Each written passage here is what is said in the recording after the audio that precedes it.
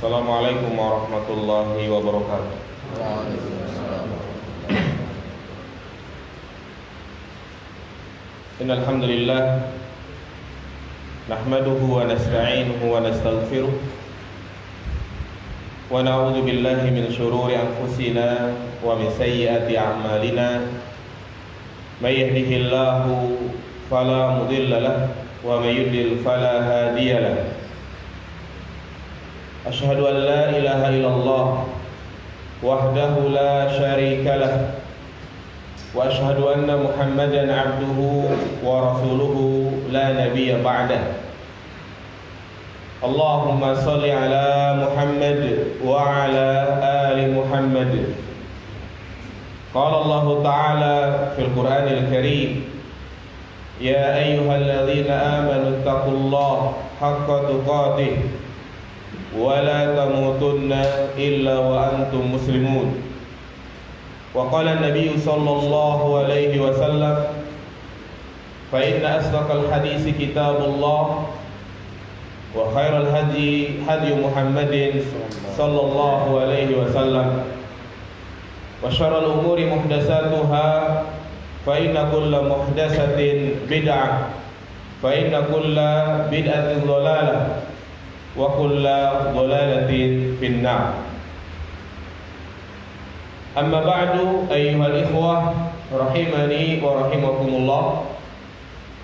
Jamaah salat subuh yang dirahmati Allah Subhanahu wa taala.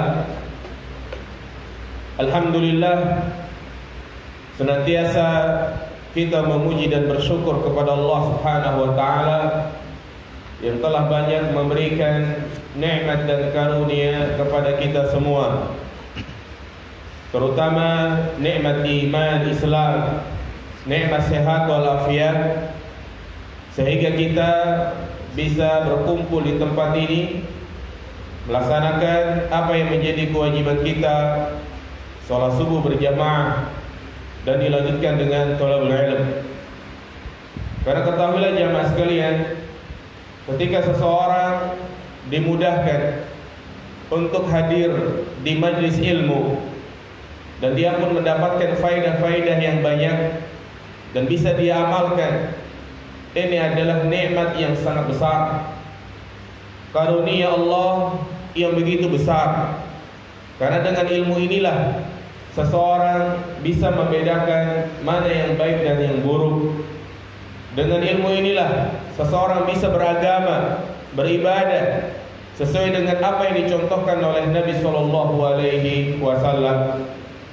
Makanya Syekhul Islam Ibn Taimiyah mengatakan, kama anna lillahi malaikatan muwakkalatan bisahabi wal matar, falahu malaikatun bil ilmi wal huda, wa hadza rizqul qulubi wa quwwatuha. Sebagaimana Allah Subhanahu wa taala memiliki malaikat-malaikat yang bertugas untuk mengatur awan, menurunkan hujan, demikian pula Allah Subhanahu wa taala memiliki malaikat yang bertugas untuk memberikan ilmu, hidayah. Inilah rezeki hati yang kita butuhkan, yang membuat hati kita istiqomah di atas al-haq. Oleh karena itu, semua hal yang berkaitan dengan ilmu itu bernilai ibadah. Mulai dari kita menghadiri majelis ilmu, memahami, membaca, mencatat, mengamalkan, mendakwahkan kepada orang lain, membahasnya, semua itu bernilai ibadah. Makanya thalabul ilm, menuntut ilmu merupakan ibadah sunnah yang sangat utama.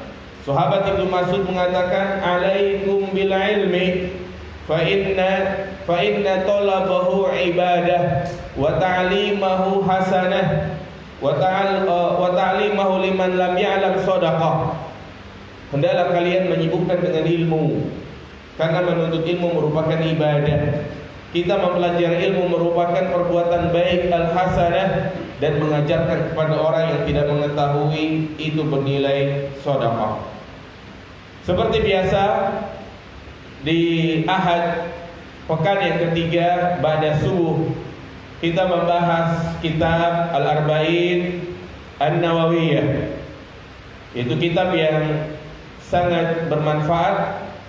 Disebutkan di dalamnya hadis-hadis yang berkaitan dengan inti dan pokok-pokok ajaran Islam.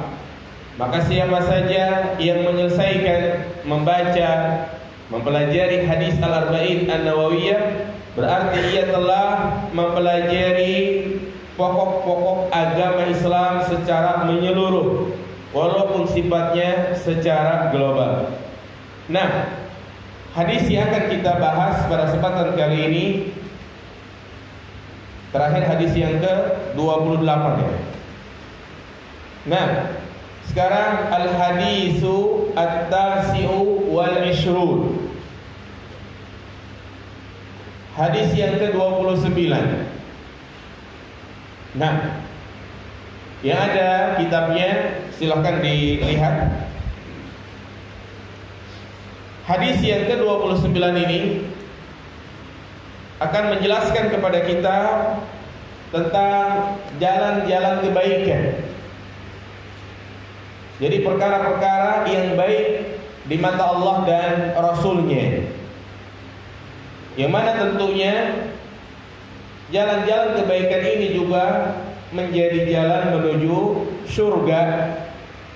Karena subhanallah, suatu kenikmatan yang sangat besar, yaitu di mana jalan menuju surga itu telah dijelaskan segamblang-gamblangnya. Apa kata Nabi sallallahu alaihi wasallam? Ma min syai'in yuqarribu ilal jannah wa yubaidu minan nar illa qad bayyantu lakum. Tidak ada sesuatu yang bisa mendekatkan seseorang ke dalam surga dan menjauhkan dirinya dari api neraka, melainkan aku telah menjelaskan semuanya. Jadi kita tidak butuh dengan kebaikan-kebaikan yang lain yang sifatnya bukan dari ajaran Islam, yang sifatnya tidak disebutkan di dalam Al-Quran maupun dalam hadis-hadis Nabi SAW. Karena parameter kebaikan, baik itu berkaitan dengan hak-hak Allah atau berkaitan dengan hak-hak makhluk, adalah apa yang disampaikan oleh Allah dan Rasul-Nya. Nah, dari sahabat Mu'ad bin Jabal radhiyallahu anhu, qala, ia berkata, qultu ya Rasulullah, akhbirni bi'amalin yudkhiluni al-jannata wa yuba'iduni minan nar. Sahabat Mu'ad bertanya dan berkata, wahai Rasulullah, habarkan kepadaku tentang amalan yang bisa memasukkanku ke dalam surga dan menjauhi diriku dari api neraka. Qala, Rasulullah menjawab, laqad sa'alta 'anil, sungguh kau bertanya tentang sesuatu yang sangat agung, pertanyaan yang mulia, pertanyaan berkaitan tentang surga dan neraka. Wa innahu la yasirun ala man yassarallahu ta'ala alaihi. Maka sesungguhnya ia akan mudah bagi orang yang dimudahkan oleh Allah Subhanahu wa taala. Hal ini menunjukkan kepada kita bahwa apa yang dilakukan oleh seorang hamba berupa amal soleh, pada hakikatnya berkat taufik dan hidayah dari Allah Subhanahu wa taala. Kemudian Nabi melanjutkan tentang perkara-perkara yang itu menjadi sebab masuk ke dalam surga dan menjauhi dari neraka. Ta'budullaha la tusyriku bihi syai'a, yaitu engkau beribadah kepada Allah, tidak menyekutukannya dengan sesuatu apapun. Beribadah dan tidak melakukan kesyirikan. Wa tuqimus shalah, dan engkau mendirikan salat. Wa tu'tiyaz zakah, dan engkau menunaikan zakat.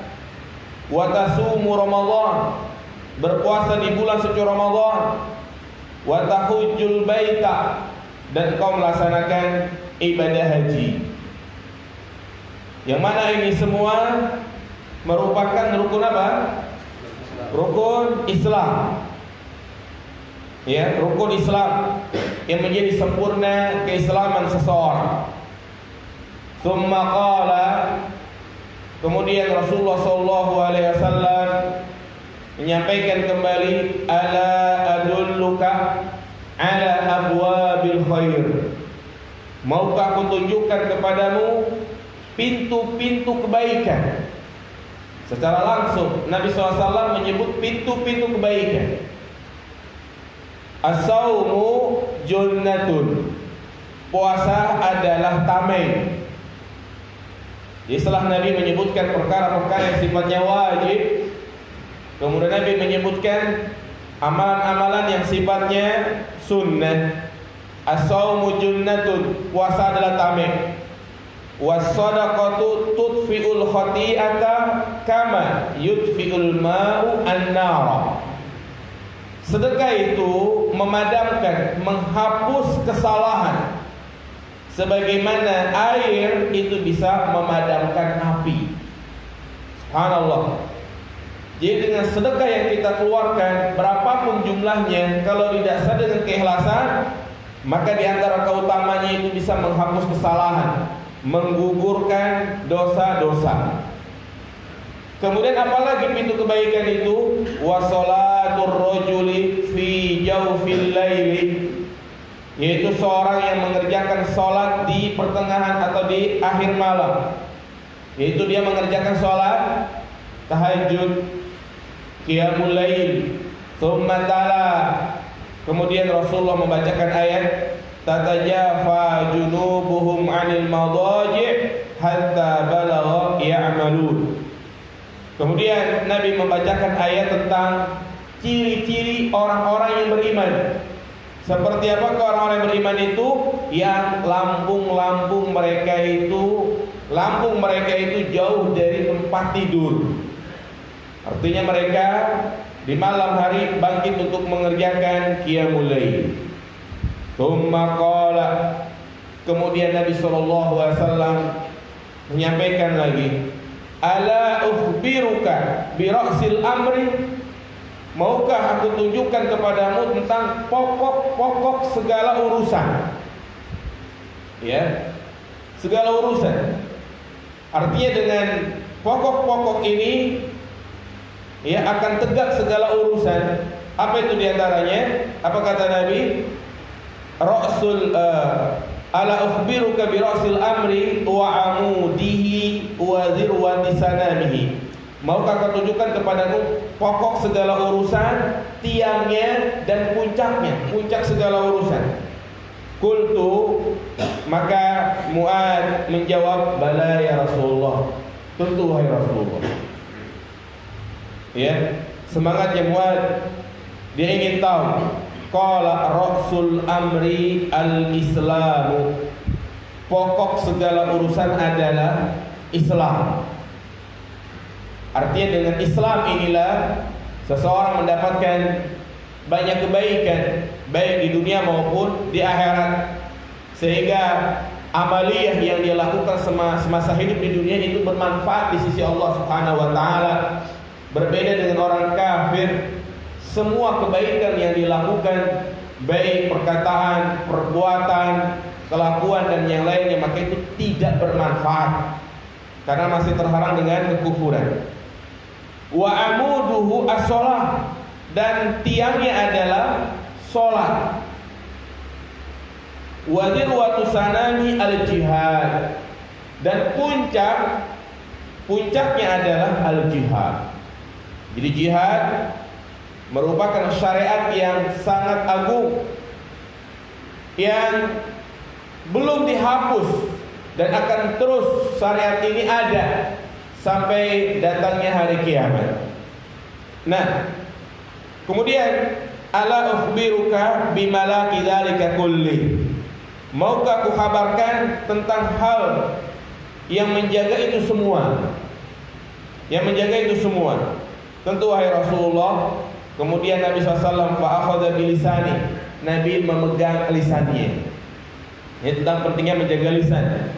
Waqal, Nabi mengatakan kuffa alaika hadza, jaga, tahan lisanmu ini.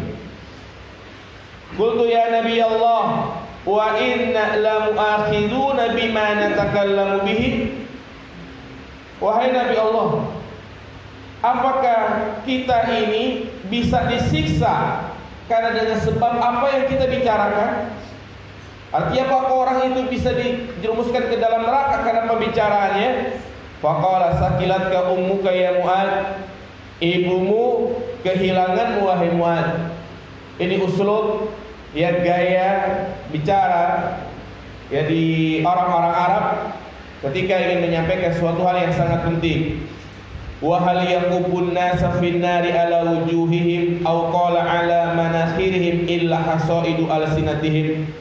Tidaklah manusia itu dijerumuskan ke dalam neraka, wajah mereka dan hidung mereka, melainkan disebabkan karena lisan-lisan mereka. Subhanallah, ini adalah hadis yang sangat agung sekali, panjang, yang menjelaskan kepada kita tentang pintu-pintu kebaikan. Ya, insyaallah kita akan bahas kalimat per kalimat dan faidah-faidah yang bisa kita petik dari hadis ini. Nah, jadi hadis yang ke-29 ini diriwayatkan oleh siapa jemaah? Mu'ad bin Jabal. Iya. Di mana Mu'ad mendatangi Rasulullah SAW. Datang kepada Nabi bertanya tentang amalan yang bisa memasukkan ke dalam surga dan menjauhkan dari neraka. Datangnya Mu'ad kepada Nabi bertanya tentang surga dan neraka menunjukkan kepada kita tentang semangatnya para sahabat. Semangatnya para sahabat akan kebaikan. Pertanyaan mereka itu tentang surga dan neraka. Tentu inilah yang perlu kita contoh. Dimana kalau kita bertanya kepada ahli ilmu, tanya tentang surga dan neraka, bukan hanya bertanya tentang perkara-perkara duniawi. Dan ini menunjukkan sucinya, bersihnya hati para sahabat.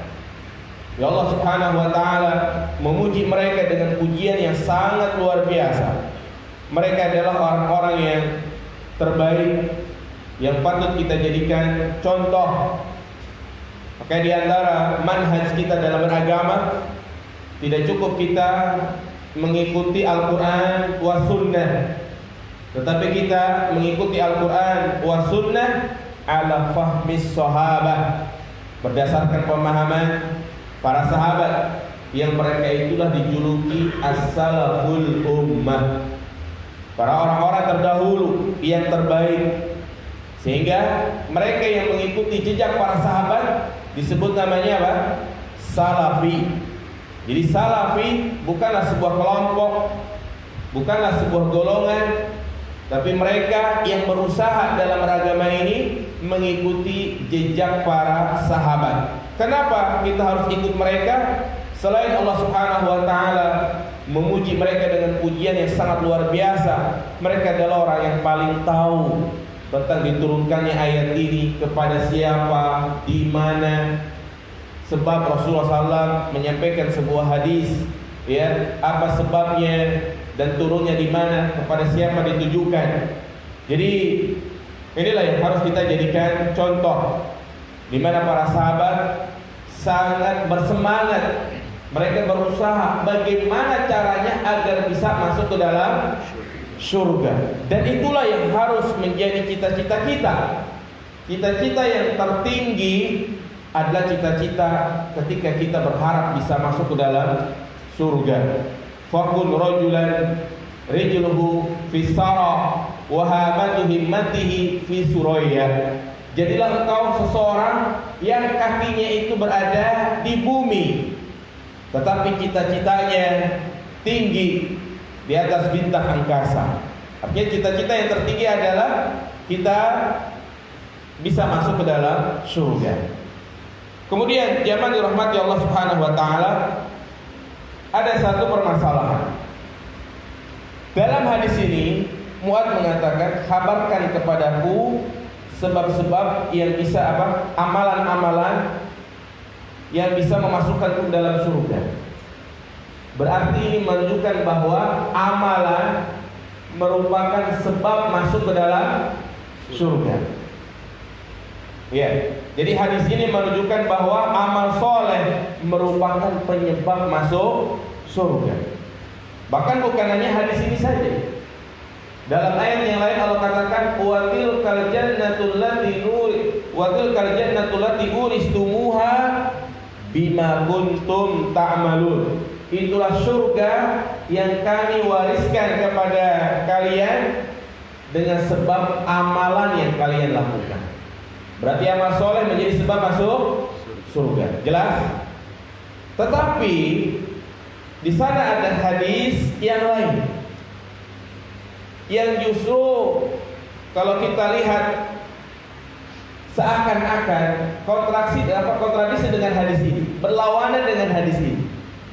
Itu hadis yang berbunyi la yadkhula ahadukum al-jannata bi amalihi.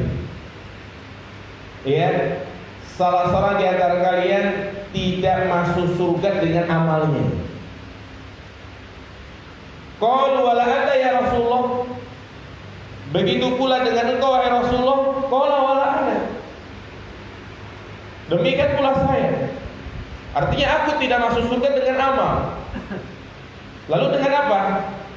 Illa ayyatadammadiyallahu birahmatih. Artinya ya, aku itu masuk surga dengan sebab rahmat Allah Subhanahu wa taala. Jadi ada dua dalil yang seakan-akan berlawanan. Hadis yang sedang kita bahas justru menjelaskan amal itu menjadi sebab masuk surga. Tapi hadis yang barusan kita baca, justru orang itu masuk surga bukan karena amalnya. La yadkhula ahadukum al-jannata bi amalihi. Kalian itu masuk surga bukan karena amal, tapi karena rahmat Allah Subhanahu wa taala. Ya, bisa dipahami permasalahannya jemaah? Karena kalau orang yang tidak bisa mengkompromikan dua hadis ini, maka bisa jadi dia itu akan jatuh kepada akidah Murji'ah. Artinya percuma beramal. Ya. Orang masuk surga itu karena rahmat Allah. Artinya dia tidak semangat untuk melakukan amal soleh. Maka metode salaf dalam memahami dua hadis ini, ya, perlu kita gabungkan. Maka yang dimaksud dengan la yadkhulu ahadukum al-jannata bi amalihi, di sini ya artinya bukan sababiyah. Sekali lagi, la yadkhulu ahadukum al-jannata bi amalihi, kalian tidak akan masuk surga ya dengan amalnya. Ini bukan sababiyah, tapi al-iwad, pengganti. Jadi bagaimana memahaminya? Surga yang didapati oleh orang-orang soleh bukanlah ganti dari amal soleh yang dilakukan oleh seorang hamba. Jadi sekali lagi, surga itu kita dapat bukanlah sebagai ganti dari amal soleh yang kita kerjakan. Ya, kenapa? Karena surga itu tidak sebanding dengan amal kita. Ya, jadi kita itu masuk surga dengan rahmat Allah. Naam, dengan sebab amal kita. Tapi surga itu tidak sebanding kalau amal kita diganti dengan surga. Jadi tetap amal soleh itu penyebab masuk surga. Jadi bukan pengganti bukan pengganti surga. Karena amal yang kita lakukan di dunia ini gak seberapa, gak sebanding. Ya sebagai misalnya seorang yang kerja nyapu pagi-pagi gitu ya, kerjanya hanya pagi, tapi gajinya itu 1 miliar. Nah ini sebanding gak jamaah sekalian? Ya nggak sebanding. Tapi dia mendapatkan 1 M karena apa? Rahmat Allah Subhanahu wa Ta'ala. Ya, sebabnya dia itu menyapu. Kira-kira kalau dia nggak nyapu dapat gaji gak jamaah sekalian? Tidak. Jadi ini yang kita harus pahami, la yadkhulu ahadukum al-jannata bi'amali. Salah seorang di antara kalian tidak akan masuk surga dengan amalnya. Yang ini adalah babul iwad. Bab di sini ada sebagai pengganti. Artinya orang itu dengan amal soleh tidak bisa diganti dengan surga karena amalan itu kecil. Jadi orang itu masuk surga karena rahmat Allah Subhanahu wa Ta'ala. Nah, kemudian jamaah dirahmati Allah Subhanahu wa Ta'ala, ya, perkataan Mu'ad yudkhilunil jannah wa yubaidu minan nar ini menjelaskan kepada kita bahwa surga dan neraka itu ada.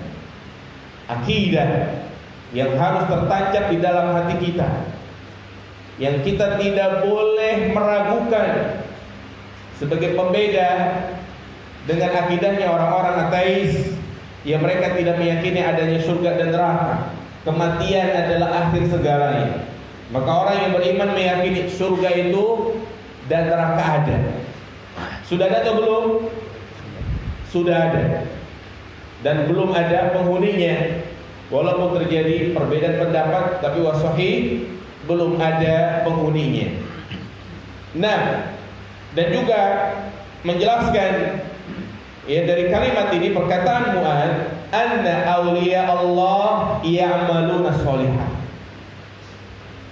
bahwasanya wali-wali Allah itu mereka melakukan amal soleh.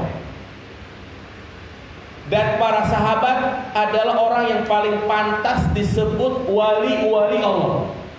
Sekali lagi, ya, para sahabat adalah orang yang paling pantas disebut wali Allah. Dan mereka itu melakukan amal soleh. Inilah sifat Auliyaur Rahman. Mereka melakukan amal soleh. Kenapa? Ini dalam rangka membantah keyakinan orang-orang sufi, ahlu tasawuf, yang membagi tingkatan agama. Ada syariat, ada hakikat, ada ma'rifat. Orang yang Islamnya, imannya baru ya kecek-kecek gitu ya, masih wajib sholat, wajib puasa, tapi mereka yang memiliki keimanan yang tinggi, yang mereka juluki ma'rifat atau hakikat, mereka nggak perlu sholat. Mereka cukup banyak berzikir, ya. Dan itu masih ada keyakinan-keyakinan ini di tengah masyarakat kita. Kadang ada kiai atau habaib atau ajengan yang mereka yang itu seakan-akan kalau kita lihat secara zahir adalah orang gila, ya, telanjang, tapi didatangi oleh banyak orang untuk mendapatkan karomahnya. Maka ini kekeliruan dalam beragama. Hadis ini sangat tegas menunjukkan kepada kita bahwa orang-orang soleh mereka pun ya melakukan amal kebaikan. Nah, kemudian apa kata Nabi SAW mendengar pertanyaan dari Mu'ad bin Jabal? Laqad sa'alta an azim. Sesungguhnya, ya sungguh engkau bertanya tentang sesuatu yang sangat agung. Ini memberikan satu faedah yang sangat penting. Hendaklah seorang pengajar memuji pertanyaan muridnya, ya, memuji pertanyaan muridnya. Untuk apa? Sebagai dorongan, motivasi agar dia semangat belajar.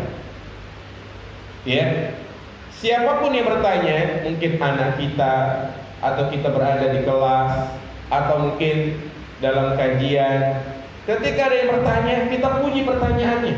Lihat di sini Rasulullah memuji pertanyaan Mu'ad, laqad sa'alta an azim. Engkau bertanya urusan yang sangat agung. Puji anak kita bertanya, Masya Allah nak, kamu pertanyaan sangat bagus sekali. Barakallahu fiik, ahsanta, ya. Atau mungkin ada yang bertanya melalui tulisan, pertanyaan bagus. Itu pun sebagai bentuk pujian, ya. Jadi jangan menyepelekan.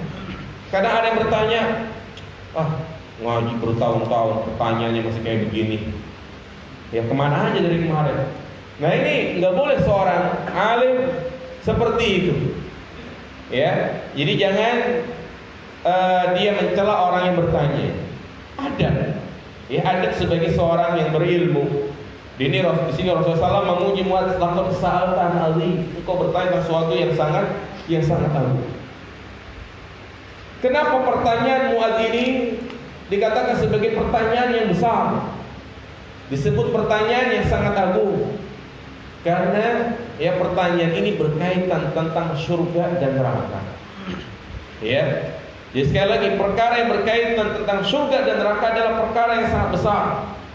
Inilah kesuksesan yang menjadi cita-cita orang-orang yang beriman. Hakikat orang itu sukses bukan dia mendapatkan gelar S1, S2, S3, bukan dia mendapatkan pekerjaan di dunia, bukan dia mendapatkan jabatan yang tinggi, tetapi hakikat kesuksesan adalah kita bisa masuk ke dalam surga. Ini kadang ada orang yang memuji kita, Masya Allah antum sekarang udah sukses, dulu mah miskin, dulu mah gak punya apa-apa, tapi sekarang semuanya punya, tinggal di BSD. Ya, maka kita katakan, ya saya belum sukses. Sukses itu kalau kita bisa masuk surga, itu kesuksesan jamaah sekalian. Ya, Allah Subhanahu wa taala berfirman, "Faman zuhziha 'anil nar wa udkhilal jannah faqad faz." Orang yang dijauhkan dari neraka dan dimasukkan ke dalam surga, faqad faz, itulah kesuksesan. Itulah yang keberuntungan yang hakiki. Ya. Jadi kalau kita belum mati, belum masuk surga, maka berarti kita belum dikatakan sukses. Dan ini juga menjadi parameter kesuksesan mungkin di dunia. Bagaimana kita mendidik anak-anak kita.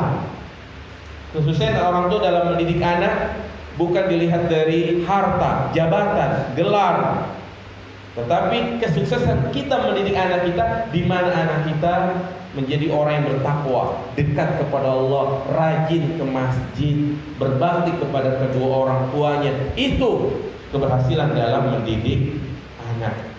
Karena mereka itu yang akan menjadi syafaat nanti pada hari kiamat.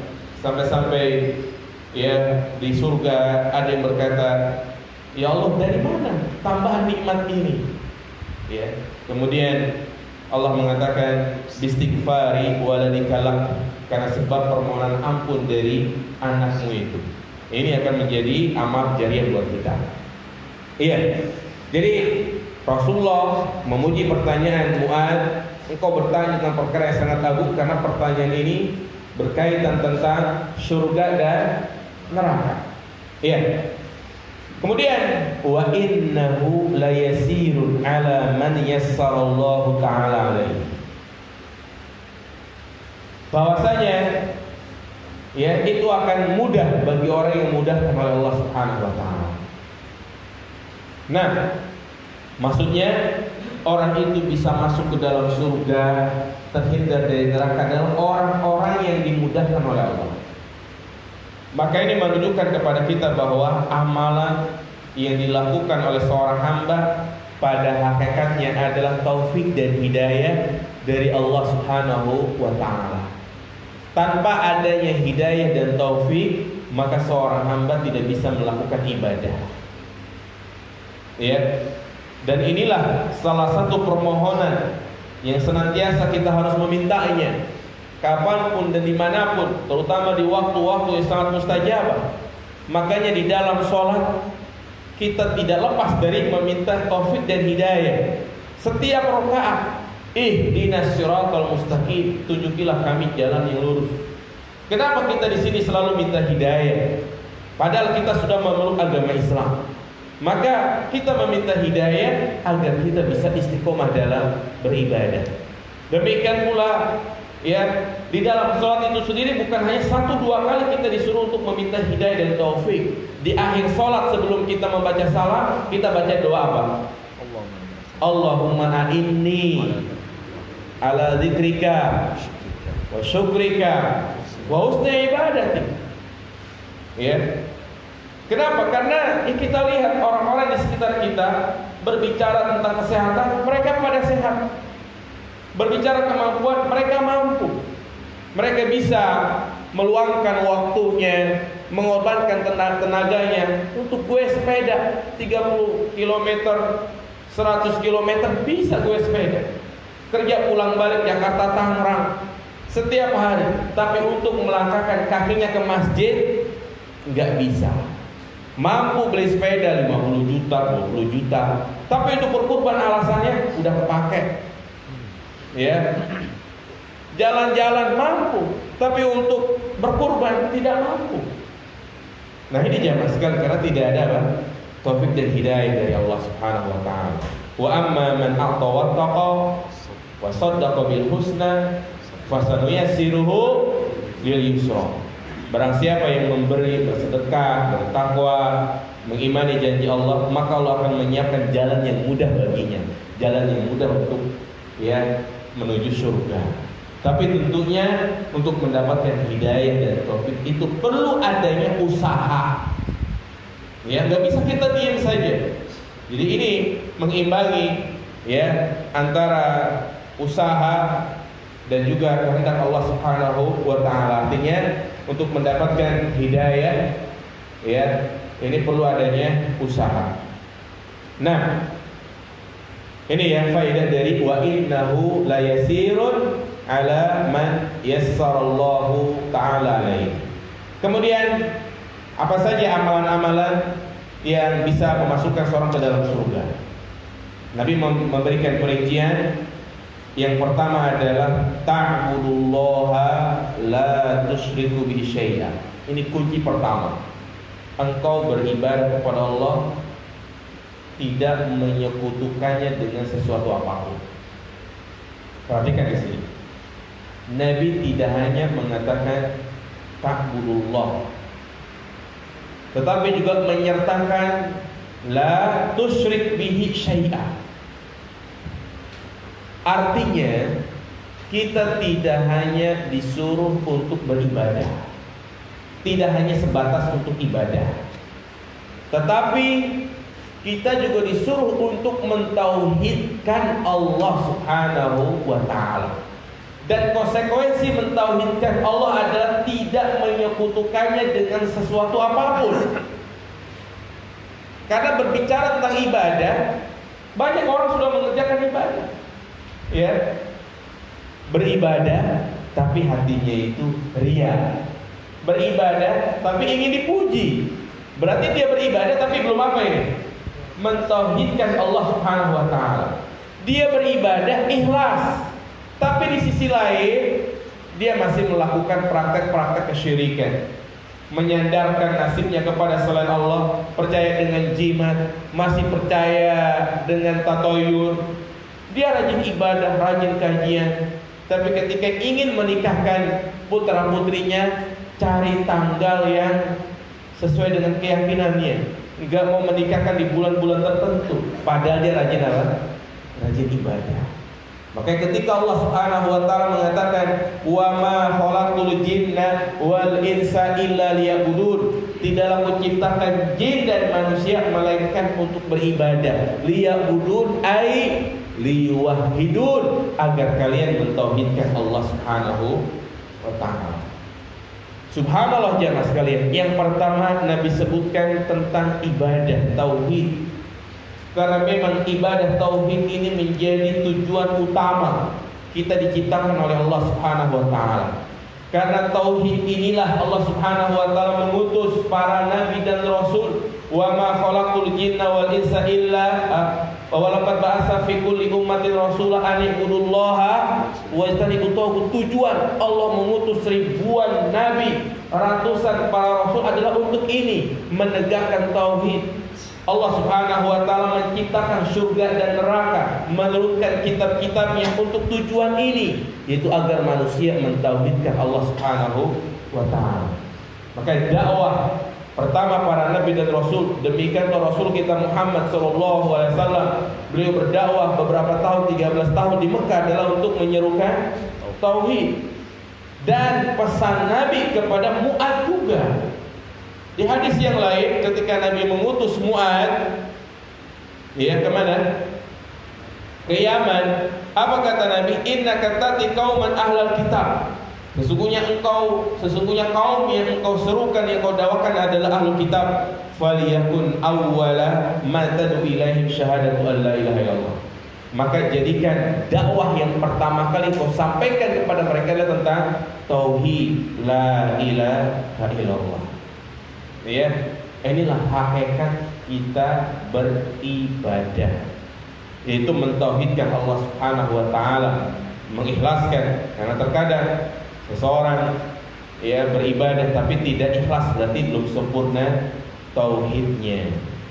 Nah, walaupun riya itu dikatakan syirik kecil, ingat, walaupun riya itu dikatakan syirik kecil, tapi kalau dilakukan secara terus-menerus, maka ini menjadi syirik besar. Makanya Imam Ibnu Qayyim Al-Jauziyah ketika menyebut riya selalu mengatakan kayak si riya, seperti riya yang sedikit. Artinya kalau setiap ibadah yang motivasinya adalah riya, berarti itu menjadi syirik apa? Syirik besar. Nabi mengatakan la tusyrik bihi syai'a.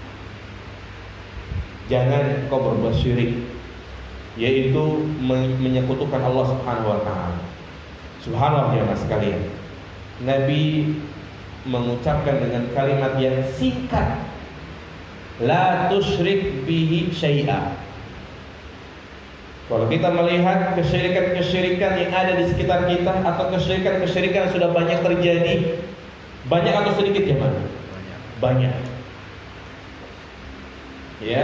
Dan Nabi tidak menyebutkan semuanya, hanya mengatakan la tusyrik bi syai'a. Ini kaidah yang sangat bagus sekali. Apabila ada isim nakirah jatuh setelah larangan, berarti itu bersifat umum. Syai'an nakirah jatuh setelah isim apa? Setelah fi'il nahi, la tusyrik, jangan kau berbuat syirik, berarti memiliki faedah umum. Artinya kita disuruh meninggalkan segala bentuk kesyirikan, baik syirik hati, syirik lisan, syirik anggota badan, baik syirik yang tersembunyi maupun syirik yang terang-terangan, atau juga berbuat syirik kepada makhluk yang paling mulia di muka bumi ini, yaitu menyekutukan Allah Subhanahu wa taala dengan Rasulullah sallallahu alaihi wasallam. Maka ini juga termasuk apa? Syirik. Jadi syirik itu tidak memandang siapa yang dia jadikan sekutu, tapi yang dipandang adalah dia menyekutukan siapa. Walaupun dia menyekutukan orang yang paling mulia, yaitu Rasulullah SAW, tetap itu adalah bentuk kesyirikan. Dia misalnya bersumpah demi Allah dan Rasulullah, atau juga meminta-minta kepada Rasulullah, meminta dipanjangkan kuburnya kepada Rasulullah, maka ini syirik, walaupun yang dia minta itu kepada Nabi Shallallahu Alaihi Wasallam. Nah ini Rasulullah SAW mengecam tindakan kesyirikan, dan kalau kita bahas sangat luas, dan ini secara khusus dibahas dalam bab tauhid, yang kita juga wajib untuk mempelajarinya. Nah, kemudian yang kedua, wa tuqimus shalah, mendirikan sholat. Sudah sering kita sampaikan tentang sholat. Wa tu'tiyaz zakat, dan menunaikan zakat, baik zakatul mal atau zakatul badan. Zakatul mal yaitu harta yang kita miliki, wajib untuk dikeluarkan zakatnya. Harta-harta tertentu berupa tabungan, kalau sudah mencapai nisab emas, maka wajib untuk dikeluarkan zakatnya. Dan inilah pendapat yang kuat bahwa nisab zakat tabungan, nisab zakat uang itu dikembalikan kepada nisab apa? Emas, bukan nisab perak. Nisab emas 85 gram, nisab perak 595 gram. Makanya kalau kembali kepada nisab perak, berarti orang punya uang 15-20 juta sudah wajib zakat. Tetapi dikembalikan kepada nisab emas, yaitu seharga emas 85 gram. Adapun ya harta berupa rumah, kendaraan, tanah, maka itu tidak diwajibkan untuk membayar zakat. Karena menentukan harta itu wajib dizakati, maka ini membutuhkan dalil. Iya. Nah, wa tasumu Ramadan, dan mengerjakan puasa di bulan suci Ramadan. Alhamdulillah kita telah mengerjakannya. Wa tahujjul baita, dan engkau melaksanakan ibadah haji. Ya, ibadah haji ini tentunya sesuai dengan kemampuan. Nah, ini sudah kita jelaskan di hadis-hadis sebelumnya. Selanjutnya, qala Nabi SAW menyampaikan lagi, ala adulluka ala abwabil khair, maukah engkau aku tunjukkan pintu-pintu kebaikan? Maka berikutnya Nabi menyebutkan tentang amalan-amalan sunnah. Makanya puasa yang dimaksud di sini, sedekah yang dimaksud di sini adalah sedekah sunnah. Maka ini menunjukkan kepada kita bahwa sebagai seorang hamba yang beriman, tidak cukup kita hanya mengerjakan ibadah-ibadah yang wajib, tapi kita juga harus mengerjakan ibadah-ibadah yang sunnah. Karena prinsip dalam beragama, ya, dalam beribadah, kita nggak perlu nanya-nanya ini haram atau makruh, ini wajib atau sunnah. Ya, apapun yang diperintahkan oleh Allah Subhanahu Wa Taala, baik wajib ataupun sunnah, maka kerjakan. Jangan ketika diajak, ayo kita bersedekah, ayo kita sholat sunnah, itu cuma sunnah. Maka jangan seperti pada prinsipnya, kapanpun dimanapun ada kesempatan bagi kita untuk beramal, maka kerjakan. Karena itulah yang menjadi bekal kita menuju akhirat. Jadi dimaksud di sini adalah amalan-amalan sunnah. Dan subhanallah, menjadi rahmat Allah Subhanahu Wa Taala, menunjukkan kasih sayang Allah. Setiap kali Allah mewajibkan suatu ibadah, pasti ada ibadah yang sunnah. Sholat wajib, sholat lima waktu. Selain itu sholat sunnah, tahajud, witir, duha. Puasa wajib, puasa di bulan suci Ramadan. Puasa sunnah adalah puasa ya Senin Kamis, puasa Daud, puasa Arafah, yang sebentar lagi kita akan mengerjakannya. Ya. Nah, ini menunjukkan kasih sayang Allah Subhanahu Wa Taala. Untuk apa jamaah sekalian? Tujuan Allah dan Rasulnya mensyariatkan ibadah-ibadah sunnah adalah untuk menyempurnakan, mengurangi kekurangan-kekurangan yang ada pada ibadah yang wajib. Jabru ma yakunu fi ada'il fardhati min khalalin wa taksirin, yaitu untuk menyempurnakan, menambal kekurangan yang ada pada ibadah yang wajib. Karena kita mengerjakan ibadah yang wajib belum tentu sempurna. Sholat, apakah kita khusyuk dari awal sampai akhirnya, mas kalian? Terkadang tidak khusyuk. Rakaat pertama khusyuk, rakaat yang kedua ingat kuncinya hilang. Ya, dia pikir-pikir di mana. Ya. Kemudian lagi sholat ingat peristiwa-peristiwa di luar sholat. Maka ini kan kekurangan. Maka untuk menambal kekurangan-kekurangan itu adalah dengan mengerjakan apa? Ibadah sunnah. Dalam puasa demikian. Terkadang kita mengerjakan puasa di bulan Ramadan, ghibah, ngomongin orang, berbuat dosa. Maka untuk menambal itu adalah dengan mengerjakan ibadah-ibadah yang sunnah. Karena Allah Subhanahu Wa Taala nanti pada hari kiamat mengatakan kepada para malaikat, unzuru ila sholati abdi hal atammaha au intaqasaha. Lihatlah kepada sholat hambaku, apakah dia menyempurnakan atau mengurangi. Jika memang menyempurnakan, maka catatlah sempurna. Tetapi jika dia mengurangi, ya lihatlah apakah dia memiliki sholat sunnah atau tidak. Kalau memiliki sholat sunnah, maka sempurnakan dengan ibadah yang sunnah tersebut. Nah, was-shadaqatu tudfi'ul khati'ata kama yudfi'ul ma'u an-nar. Kemudian amalan sunnah yang dianjurkan oleh Nabi adalah bersedekah. Sedekah wajib adalah zakat, dan yang kedua adalah sedekah sunnah. Subhanallah, kalau kita berbicara tentang keutamaan sedekah sangatlah banyak. Ya, cukup hadis ini menjadi motivasi buat kita semua untuk memperbanyak sedekah. Sedekah itu selain menghapus dosa, menambah rezeki, menjadi jalan keluar kita terhindar dari segala musibah, ya, kesulitan. Walaupun secara zahir harta kita berkurang, tetapi pada hakikatnya itu bertambah. Rasulullah mengatakan mana shadaqatun min malin, harta yang disedekahkan itu tidak akan berkurang. Seperti misalnya sekarang ini sebentar lagi ada momen untuk bersedekah, yaitu kurban. Maka sisihkan uang kita untuk berkurban. Yang penting kita jadikan target utama, letakkan dalam hati kita ini menjadi target utama, tahun ini harus berkurban. Karena kurban itu tidak berbicara tentang kemampuan saja, tapi juga berbicara tentang apa? Kemauan.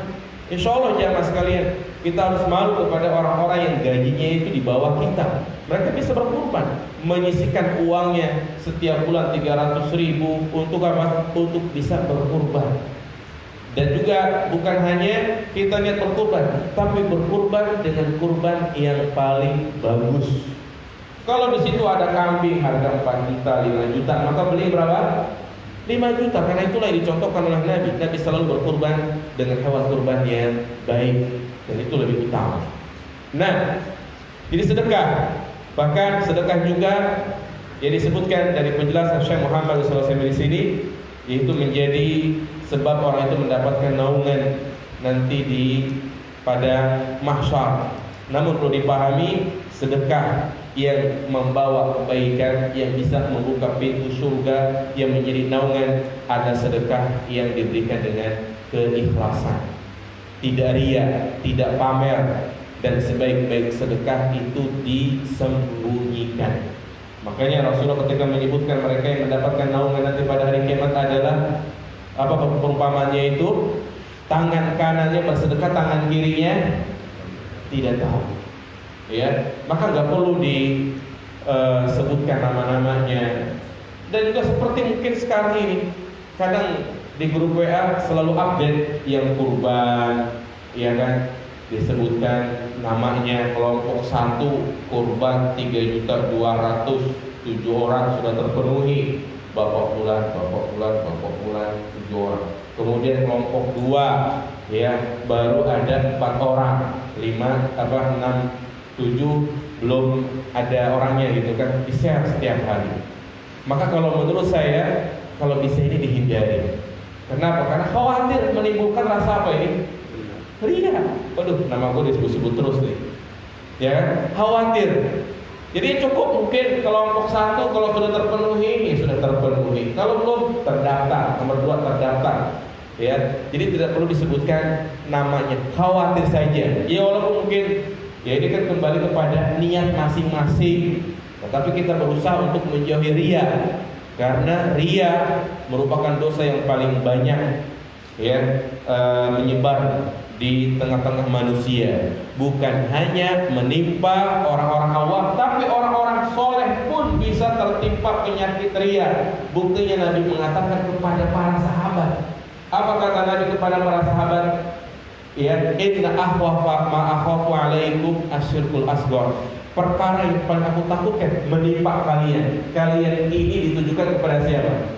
Para sahabat. Berarti ria itu juga bisa menimpa orang-orang soleh.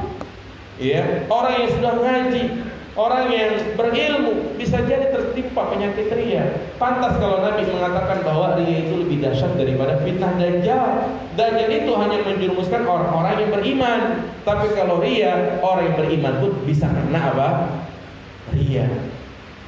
Ya. Nah, kemudian sholat malam. Wa sholatur rajuli fi jawfil lail. Sholat malam jamaah sekalian. Sholat malam itu harus jam 12 jam 1. Dan yang paling utama di sepertiga malam terakhir. Biasakan, ya, kita setengah jam atau 40 menit sebelum subuh sudah bangun untuk mengerjakan qiyamul lail. Al-Imam Ahmad mengatakan, ya, man taraka sholatal witri fahuwa rajulun su' lam tuqbal syahadatu. Orang yang meninggalkan sholat malam, maka dia adalah orang yang jelek, yang tidak diterima persaksiannya. Ya. Untuk qiyamul lail. Dan kita mulai dari bilangan-bilangan sedikit, enggak harus pertama kali ke sholat malam. Ya. 11 rakaat berat. Kadang jenuh, tapi biasakan mungkin dari sedikit, 1 rakaat, 3 rakaat, ya, 2 rakaat tahajud, 1 rakaat witir, atau besoknya lagi 5 rakaat, 2 rakaat tahajud, 3 rakaat witir. Biasakan ya untuk bisa mengerjakan qiyamul lail. Dan tentunya dengan memaksakan diri kita. Percuma dia pasang alarm ya sampai 2, 3, tapi kalau dia tidak memaksakan diri sholat tahajud, kira bangun gak jamaah sekalian? Tidak akan bangun. Makanya bukan hanya niat ya, tetapi kita juga harus berusaha. Dan cara yang paling bagus untuk bisa qiyamul lail, bangun malam, tidurnya harus awal. Ya, kalau dia tidurnya jam 12, jam 1, sibuk main HP, main game, kira-kira bisa bangun gak? Jangankan qiyamul lail, kadang sholat subuh pun lewat. Makanya Nabi mengajarkan ba'da isya langsung tidur. Kalau memang tidak ada kesibukan, langsung tidur. Ya, hukum asal bergadang adalah makruh. Ya, bergadang boleh saja jika ada gunanya. Nah, jadi ini jangan saya biasakan pada isya udah jam 9, setengah 9 kalau bisa udah tidur. Karena insya Allah tidak berat kalau kita tidurnya jam setengah 9, jam 9. Tidak berat untuk bisa bangun malam. Dan terbiasa kita jam 4 sudah bangun. Ya, jam setengah 4 sudah bangun, mandi, seger rasanya. Insya Allah kalau kita awali hari kita dengan qiyamul lail, siangnya itu tenang. Ya, karena sepertiga malam terakhir adalah hari yang sangat istimewa, di mana itu tempat kita bermunajat kepada Allah Subhanahu wa taala. Ya. Kemudian kita sudah banyak membahas tentang qiyamul lail. Kemudian yang terakhir Nabi menyebutkan di sini yaitu tentang pokok-pokok segala urusan. Cukup ya? Nah, sudah syuruk ya. Ya, untuk kelanjutan hadis ini, ala ukhbiruka bi ra'sil amri wa amudi wa zirwatu sanamihi. Ini kita akan jadikan di pertemuan berikutnya. Karena ada permasalahan tentang jihad ya, yang ini menjadi puncak ajaran Islam yang mungkin perlu ada pembahasan secara detail. Ya. Ya, kita cukupkan. Barangkali ada di antara jamaah yang ingin bertanya, silakan. Ya, silakan. Bagaimana memahami bahwasannya surga itu belum ada penghuninya? Nah, terkait dengan perkataan Rasulullah SAW, kebanyakan penghuni neraka adalah dari kaum wanita. Bagaimana memahaminya? Iya.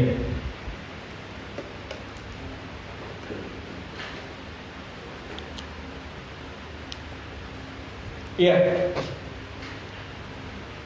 Yang menjadi prinsip Ahlus Sunnah wal Jamaah, di mana kita yakin bahwa surga dan neraka itu ada. Iya. Jadi keyakinan ini adalah keyakinan yang bersifat menjadikan orang itu beriman atau tidak. Makanya orang yang tidak mengimani adanya surga dan neraka kafir dia, kafir. Dan berkesinambungan antara iman kepada Allah dan iman kepada hari akhir. Nah, masalah yang kedua, ya, setelah kita mengimani surga dan neraka itu ada, yang kedua adalah apakah sudah ada penghuninya atau belum? Ya. Kalau permasalahannya seperti ini, maka ini disebut namanya khilaf furu'. Nih, ada dua permasalahan yang harus kita bedakan. Mengimani adanya surga dan neraka ini usul. Kalau orang nggak beriman, udah berarti apa? Kafir. Usul ini. Tapi masalah keimanan, surga udah ada penghuni atau belum? Nah, ini namanya furu'. Dan terjadi perbedaan pendapat. Sama seperti perbedaan pendapat apakah surga yang akan yang dijanjikan untuk orang-orang beriman nanti pada hari kiamat adalah surga yang ditempati oleh Nabi Adam dulu. Ya, dan ini juga perbedaan yang sifatnya apa? Furu'iyah, cabang. Ya. Dengan kita memahami dua perbedaan ini, kalau masalah usul nggak apa-apa kita kencang. Tapi kalau dalam masalah furu, jangan terlalu. Jadi jangan suka menyesatkan, membid'ahkan. Inilah yang menjadi jelek ya akidah salaf. Nah berkaitan dengan pertanyaan tadi, bagaimanakah berdalil bahwasanya surga itu ada tapi belum ada penghuninya? Nah, memang ada dua pendapat. Yang mengatakan surga dan neraka itu sudah ada penghuninya adalah hadis yang sangat banyak, diantaranya adalah peristiwa Isra Mi'raj, perjalanan Nabi ya ke langit, ke Sidratul Muntaha, ke tempat yang paling tinggi. Nabi disuguhkan pemandangan surga neraka. Bahkan Nabi mengatakan uritun nara fa idza aktsaru ahliha nisa. Aku diperlihatkan neraka, ternyata penghuni yang terbanyak adalah wanita. Berarti kan sudah apa ya? Sudah ada penghuninya. Ini pendapat yang pertama, mengatakan sudah. Pendapat yang kedua, dan ini pendapat yang sahih insyaallah, dan inilah pendapat yang dikuatkan oleh Imam Ahmad bin Hanbal dalam kitabnya Ushulus Sunnah, bahwa surga dan neraka belum ada penghuninya. Kenapa? Karena orang itu bisa masuk surga dan neraka setelah melewati banyak tahapan. Yaumul hisab, yaumul mahsyar, yaumul mizan, syirat. Ini terjadi kapan? Nanti pada hari kiamat. Udah terjadi belum? Belum. Ya. Dan mereka yang masuk surga neraka sekarang kapan melewati masa-masa itu ya kan? Sehingga ini bertentangan. Makanya para ulama mengatakan yang dimaksud uri itu aku diperlihatkan ini sebagai gambaran. Sebagai gambaran saja. Jangankan Allah Subhanahu wa taala, kita saja kalau ingin bangun masjid kan buat plan dulu ya kan. Ini mau pengen bangun masjid itu udah ada gambarnya belum? Udah ada gambarnya, bahkan udah ada miniaturnya. Mudah bagi Allah untuk memperlihatkan itu. Jadi itu mungkin jelas ya. Nah, dari mana tadi? Iya, gimana? Pertama tentang penglihatan berkorban. Iya. Karena saya masih punya dua ayat. Saya ingin berkorban bersama ayah saya masih hidup, tapi saya tidak memberitahu ayah saya bagaimana hukumnya. Yang kedua, kalau saya keceplosan dengan saudara saya telah berkorban bersama orang tua saya. Saya telah berkorban. Ayah saya masih hidup. Saya tidak berniat untuk tidak kasih tahu orang tua saya. Dan suatu waktu saya keceplosan ngomong ke saudara saya sudah berkorban bersama orang tua saya. Iya. Nah, berkorban ya untuk orang tua kita yang masih hidup. Pertanyaannya bukan berkorban untuk orang tua sudah meninggal. Ya, kalau berkorban atas nama orang tua yang sudah meninggal, insya Allah pendapat yang kuat itu yang saya beri contoh boleh, karena itu termasuk bagian dari sedekah. Walaupun memang Nabi tidak pernah berkorban atas nama Hamzah, pamannya sudah meninggal, tapi boleh. Nah ini menjadi pertanyaan, boleh nggak berkorban untuk orang lain? Ya, dia beli sapi 1 ekor, tapi bukan untuk dia, tapi untuk orang tuanya. Ya, kalau pertanyaannya boleh atau tidak, maka jawabannya adalah boleh, diperbolehkan. Tapi apakah itu suatu hal yang sangat dianjurkan? Maka ya ini ada satu kaidah yang berbunyi at-taksir ilal ghair, yaitu memberikan peluang untuk orang lain dalam beribadah. Contoh misalnya kita berada di shaf kedua, ada yang bolong ke shaf pertama, maka yang dianjurkan yang maju siapa? Kita maju, jangan orang nyuruh kamu aja yang maju. Berarti itu. Nah itu namanya atas gue. Nah demikian pula dalam masalah ini. Maka yang utama bagi dia kalau dia ingin berkorban atas nama orang lain, ya dia dulu berkorban. Jadi kalau memang dia ingin berkurban, dia beli 2 ekor sapi, satu untuk dia, satu lagi untuk apa? Orang tuanya. Nah itu yang diutamakan, ya. Tapi sebenarnya dengan antum berkurban atas nama orang tua, kalau menyertakan agar pahalanya itu sampai kepada orang tua antum, itu lebih utama justru. Karena itulah yang dicontohkan oleh Nabi SAW. Nabi yang membeli hewan kurban dan atas nama Nabi, tapi beliau menyertakan pahala untuk orang tuanya. Untuk jadi untuk umatnya. Allahumma taqabbal min Muhammadin wa ali Muhammadin. Secara otomatis juga orang tua kita dapat begitu. Jelas ya maksudnya? Iya. Tapi kalau misalnya pertanyaan boleh nggak beli sapi atas nama orang tua? Kalau pertanyaan boleh atau tidak, boleh saja. Tapi tidak lebih tidak lebih utama, sah. Iya. Kemudian ketika dia sampaikan kepada orang tuanya, ya saya udah kurbankan bapak gitu kan. Ya, apakah termasuk riya? Ya ini kembali kepada niat masing-masing. Kalau hanya sekedar pengabaran, boleh saja, tidak masalah. Iya. Barangkali mungkin udah Pak, duitnya buat yang lain. Ya buat bapak berobat.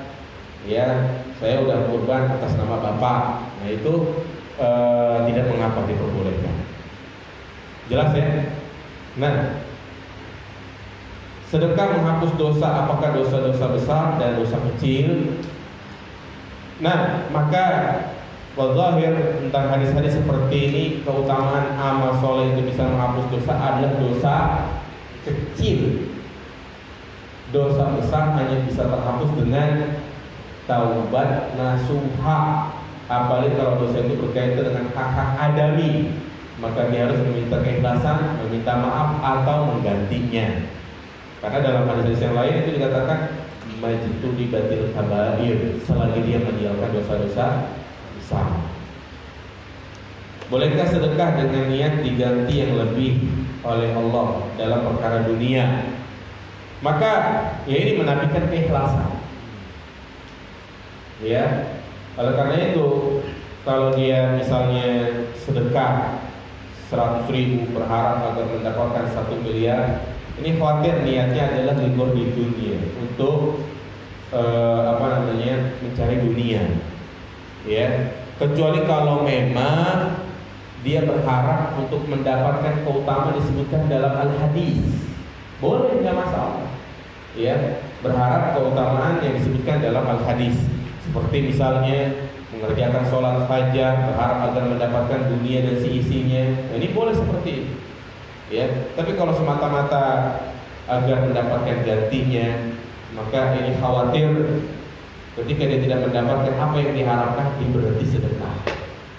Ya, jelas ya mas sekalian? Ada lagi? Gimana Pak? Disebutkan bahwa sholat sunnah itu menggunakan wajib. Iya. Iya. Bagaimana maksudnya dengan misalnya ketika kita banyak melalaikan sholat di masa lalu misalnya, nah ketika kita banyak sholat sunnah itu apakah bisa mengikuti itu juga atau lawan kedua? Iya. Dengan puasa Ustaz, ketika puasa sama di posisinya ketika apakah puasa itu tidak menggunakan ketika kita manusia ketika sedang lalai lah istilahnya, zaman kita sedang lalai itu apakah bisa dengan puasa? Maka sekarang yang mungkin yang paling baik puasa kan kalau misalnya 1 hari ini 1 hari puasa, apakah itu bisa menggantikan atau pahalanya? Karena kan puasa ibadah itu hanya untuk Allah dan yang ibadah untuk Allah itu apa? Mungkin itu aja. Nah, jadi yang tadi saya sebutkan bahwa amal-amal sunnah itu menjadi penyempurna, menambah kekurangan pada ibadah yang wajib. Ini merupakan salah satu cara. Ada pun cara yang paling utama adalah apa? Bertaubat dengan taubat nasuha.